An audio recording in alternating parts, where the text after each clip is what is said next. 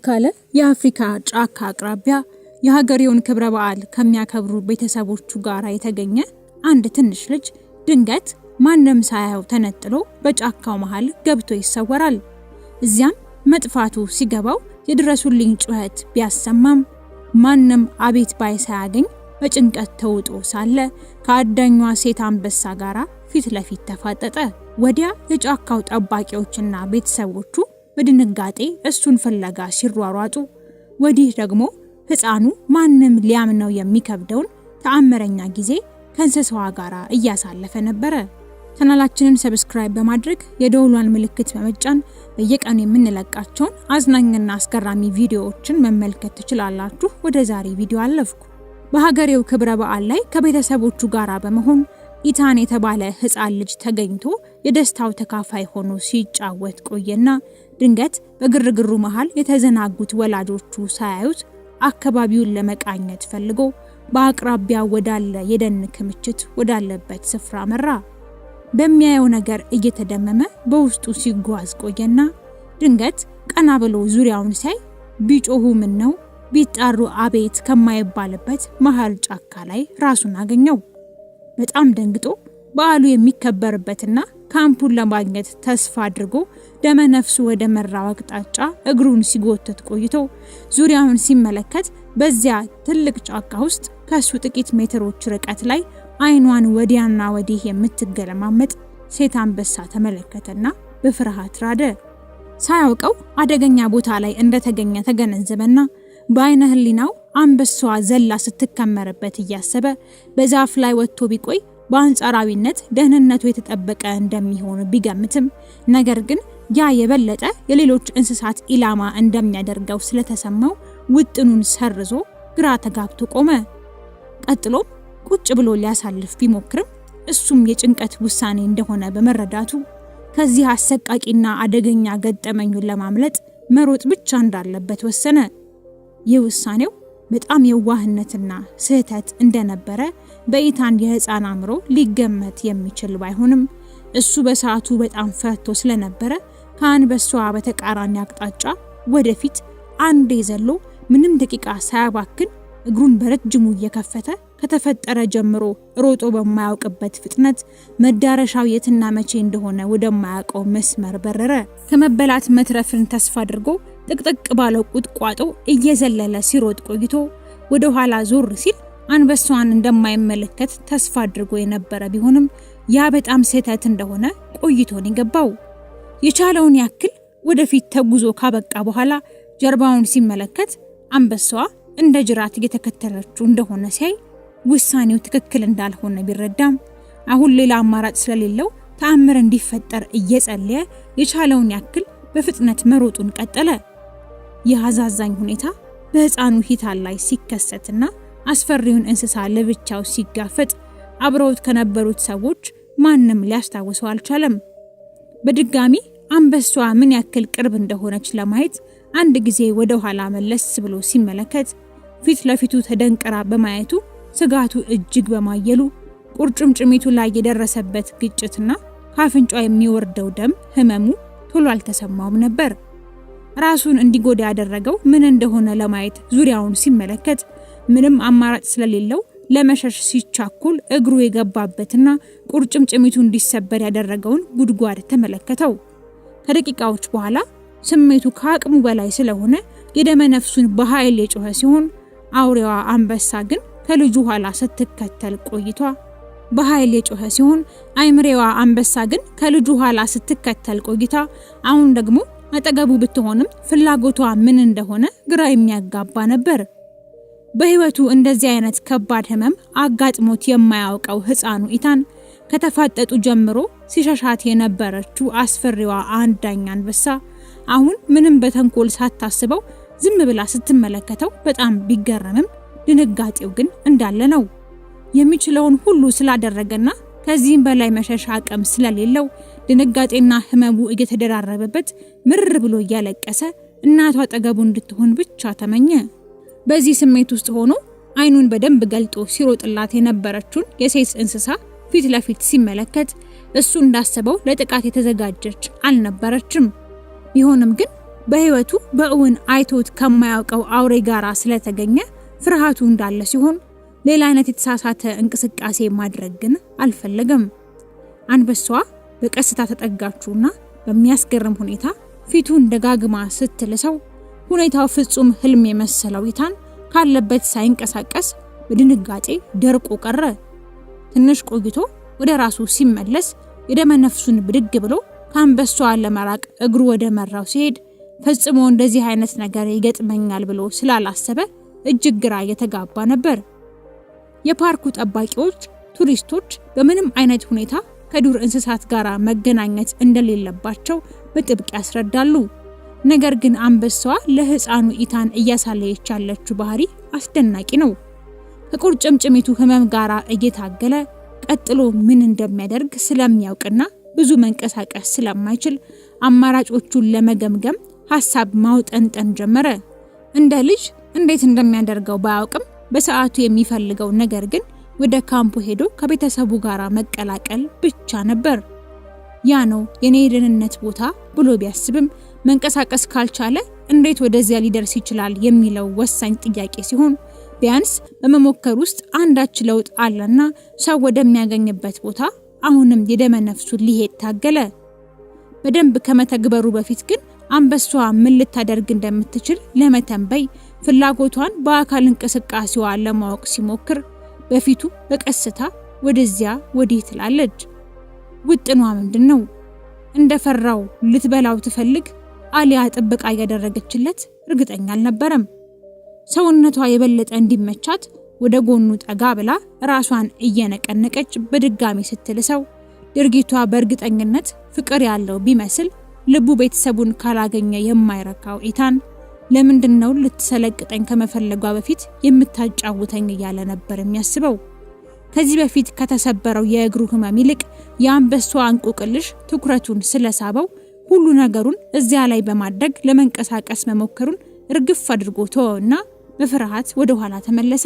አንበሳዋ ግን ትንሽ ቆይታ በጭንቅላቷ ሰውነቱን ነቀነቀችውና ወደፊት መራመድ ስትጀምር ልጁ ምንም ምላሽ ሳይሰጣት ጥቂት ተጉዛ ወደ ኋላ ተመለሰችና በትከሻው በኩል ሆና እየተመለከተችው እንግዳ የሆነ የአካላዊ እንቅስቃሴ ምልክቷን ደገመችለት። እንዲከተላት የምትፈልገውን ስሜት ኢታን ሳይረዳውና ምላሽ ሳይሰጥ ዝም ስላለ እየገፋችው ወደ ላይ ወጣ ስትራመድ መራመድ ስላልጀመረ በእግሯ አባራውን በዙሪያው እያቦነነችበት መጠነኛ ጩኸት አሰማች። ኢታን ግራ በመጋባት ሳራ የተቀላቀለበት ለቅሶ እያለቀሰ ቆይቶ ምን ያክል የሰውነት ድርቀትና የውሃ ጥም እንደገጠመው የተገነዘበው አንበሳዋ ለመጨረሻ ጊዜ ስትገፋውና ወደ ምንጩ ስታመለክተው ነበር። እስከዚያ ድረስ ውሃ የመጠጣት ጉዳይ በአእምሮ ውለላለበትም። በቁርጭምጭሚቱ ላይ ያለው ኃይለኛ ህመምና ከፍተኛ ጥማት እየተሰማው ቢያንስ ለጊዜው ጥሙን ለማርካት ወደ ውሃው ቀረበ። ወደ መሬት ዝቅ ብሎ ከንፈሩን በውሃው ሲያስነካውና ወደ ሆዱ ሲያስገባው በህይወቱ ያልተሰማው እርካታና እፎይታ ተሰማው። የቻለውን ጠጥቶ ደስ የሚል ስሜቱን አስተናግዶ ከዚያ ሐሴት ካደረገበት ቅጽበት የባነነው አንበሳዋን አስታውሶ ሲሆን ዞር ብሎ ሲመለከት ጀርባዋን ሰጥተው ያለች በመሆኑ ሁኔታዋ አደጋ የሚያመለክት ባይሆንም ከፍርሃቱ ግን ሊፎርሽ አልቻለም። ኢታን የአንበሳዋን ሁኔታ በደንብ ሲቃኝ ቁጥቋጦ ውስጥ ካለ ከማንኛውም ነገር እሱ ልትጠብቀው በጸጥታ አካባቢዋን እየቃኘች ያለች ይመስላል።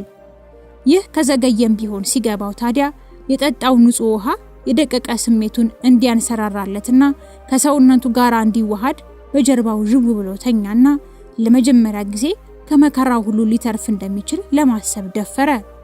አሁን የተሰማውን እፎይታ ታኮ ለጥቂት ደቂቃዎች እረፍት ማድረግ ፈለገና አይኖቹን ጨፍኖ የተወሰነ እንደቆየ ከጫካው መሃል የሰዎችን ጥሪ ሰማና አይኖቹን ገለጠ።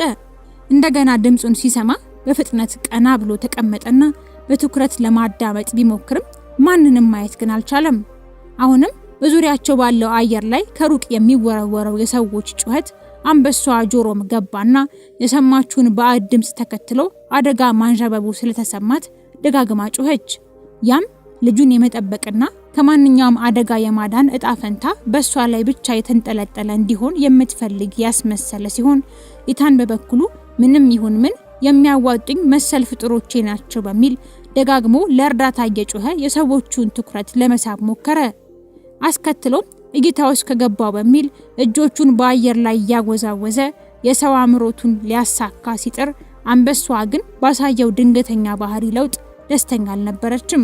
ኢታንን የሚጠሩት ድምጾች ብዙም ሳይቆይ አቅራቢያቸው ጋር ቢደርስም አንበሳዋ ግን ለልጁ አስጊ ነው ብላ ስለገመተች የመረበሽ ስሜት ይታይባታል። ኢታን አሁን ከየትኛው አቅጣጫ እንደሚመጡ ስላወቀ ወደዚያ መንገድ ፊቱን አዝሮ ከፍ ባለ ጩኸት መጮሁን ቀጠለ። ነገር ግን ሰዎቹ ሲጠጉ አንበሳዋ የበለጠ የጭካኔ ፊት እያሳየችና የማጉረምረም ድምጽ እያሳየች ሁኔታውን በቅርበት የተከታተለች ሲሆን ወደ ላይና ወደ ታች በማለት ቦታውን ዘግታበት በምትችለው መጠን ወደ ተቃራኒው አቅጣጫ ልትገፋ በመሞከር ማምለጥ እንደሚያስፈልጋቸው እየነገረችው ነው። ኢታን የሰዎቹ ድምጽ እየጨመረና እየቀረበ በመሄዱ ለመንቀሳቀስ ፈቃደኛ ባለመሆን በተቻለ መጠን ትኩረቱን በዚያ ላይ አድርጎ ጆሮውን ሲተክል ከሌሎቹ በተጨማሪ የአባቱን ድምጽ ሰማና አይኖቹ ክፉኛ ተንከራተቱ። ቀጥሎ እንባውን እያፈሰሰ የቻለውን ያክል ጮክ ብሎ አባቱን መጣራት ሲጀምር አንበሷ ሁኔታውን እንደ ትልቅ ስጋት ስላየችው ኢታንን ወደፊት ስትገፋው እሱ ሙሉ ለሙሉ ቀልቡ አባቱ ላይ ስለተንጠለጠለ ወድቆ የተነሳ በእንቢታው ጸና። ፍላጎቷ አልሞላ ሲላት ከኋላው ሄዳ ልብሱን ነክሳ እየጎተተች ወደ ኋላ ልትመልሰው ስትሞክር እሱ ከቀደመው በላይ ባለው አቅም ሁሉ ተጠቅሞ በመጮህ አባቱን መጣራቱን ቀጠለ። ቀጥሎ የኢታን አባትና ታጣቂ የጫካው ጠባቂዎች የትንሹን ልጅና የአንበሷን ጉትቻና ግብግብ ሲመለከቱ አባት በድንጋጤ ይይዝ ይጨብጠው ነገር አጣ። ጠባቂዎቹም ወዲያው አንበሷ ላይ ሊተኩሱ አሰቡና ግን እርስ በርስ ተነጋግረው በድጋሚ ውጥናቸውን ከልሰው አፈሙዛቸውን አዘቀዘቁ። ትንሽ ጊዜ ወስደው ሲያስቡትም አንበሷን ለመምታት በሚተኮሰው ጥይት ህፃኑ ሊመታ ይችላል፣ እንዲሁም አንበሷ የበቀል እርምጃ ትወስድበታለች የሚለውን በመፍራታቸው ነገሩን በሰከነ መንገድ ለማየት ፈለጉ። እንስሳዋ እያደረገች ያለችው ነገር እሱን ከጥቃት መከላከልና መጠበቅ ብቻ እንደሆነ ቀድሞ ከነበራቸው መስተጋብር በደንብ የተረዳው ኢታን በአንበሳዋ ላይ የጠባቂዎቹ ጥቃት የመሰንዘር ነገር አሳስቦታል። ከዚህ በኋላ ነበረ ልጁን ለማዳን የተሰበሰቡትን ሰዎች ልብ ትርክክ ያደረገ ነገር የተከሰተው። ኢታን አደገኛ ነገር ከመከሰቱ በፊት አንበሳዋን ጭንቅላት እቅፍ አድርጎ ጠባቂዎቹን እንዳይጎዷት ሲለምናቸው አንበሳዋ የቀኝ እግሯን አንስታ ጀርባውን ያዝ አድርጋ አጸፋውን መለሰችለት። ሰዎቹ ይህንን ትዕይንት አይናቸውን ባለማመን ደጋግመው ካስተዋሉት በኋላ ህልምነቱ ቀርቶ እውን መሆኑ ሲገባቸው በጣም ደነገጡ።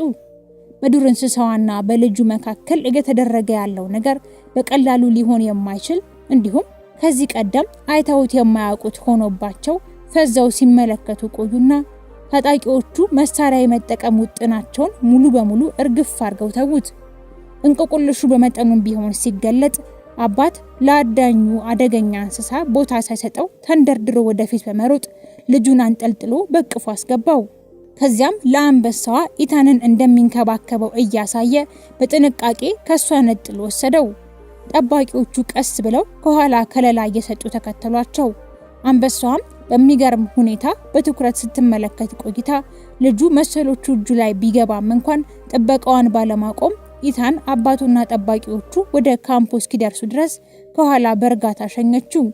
እዚያ ሆና የልጇን ደህና መምጣት በምጥ ስሜት ስትጠባበቅ የነበረችው የኢታን እናት ልክ እንዳየችው በለቅሶ እያነባች አቅፋ ሳመችው። በዚያ ጫካ መሃል ያለው ካምፕ ውስጥ አስገብተውት ምግብ፣ የመጀመሪያ እርዳታና አስፈላጊውን ነገር እንክብካቤ ሁሉ ለማድረግ ተቻኮሉ። ከ24 ሰዓት ቆይታ በኋላ የሕክምና ባለሙያ ደርሶ ቁርጭምጭሚቱን አክሞ የተወሰነ መድኃኒት እንዲወስድ ሲደረግ ኢታን በመጠኑ እየተረጋጋ ሲመጣ አባቱ ግን ያየው ነገር ሁሉ ቅዠትና ህልም ሆኖበት እያሳለፈ ነበር። ኢታን አንበሷ አሁን የት ትሆን የሚል ጥያቄ በአእምሮ እየተመላለሰበት ሲሆን የእንስሳ ባህሪዋን ቀብራ ህፃኑን ስትጠብቀው የቆየችው አንበሳ ግን ካምፑ ጋር ደርሳም ቢሆን መመለስ አልፈለገችም። እዚያ መቆየቷን ያዩት ጠባቂዎቹም እሷን ለማባረር የቱንም ያክል ቢሞክሩም ከቦታው ዞር ልትልላቸው አልፈቀደችም። ለሰው መድኃኒቱ ሰው ነው የሚለውን ብሂል እኛም አለን በሚል ላፍታም ቢሆን ፉርሽ ያደረገችውን የደጓ አንበሳና የህፃኑ ልጅ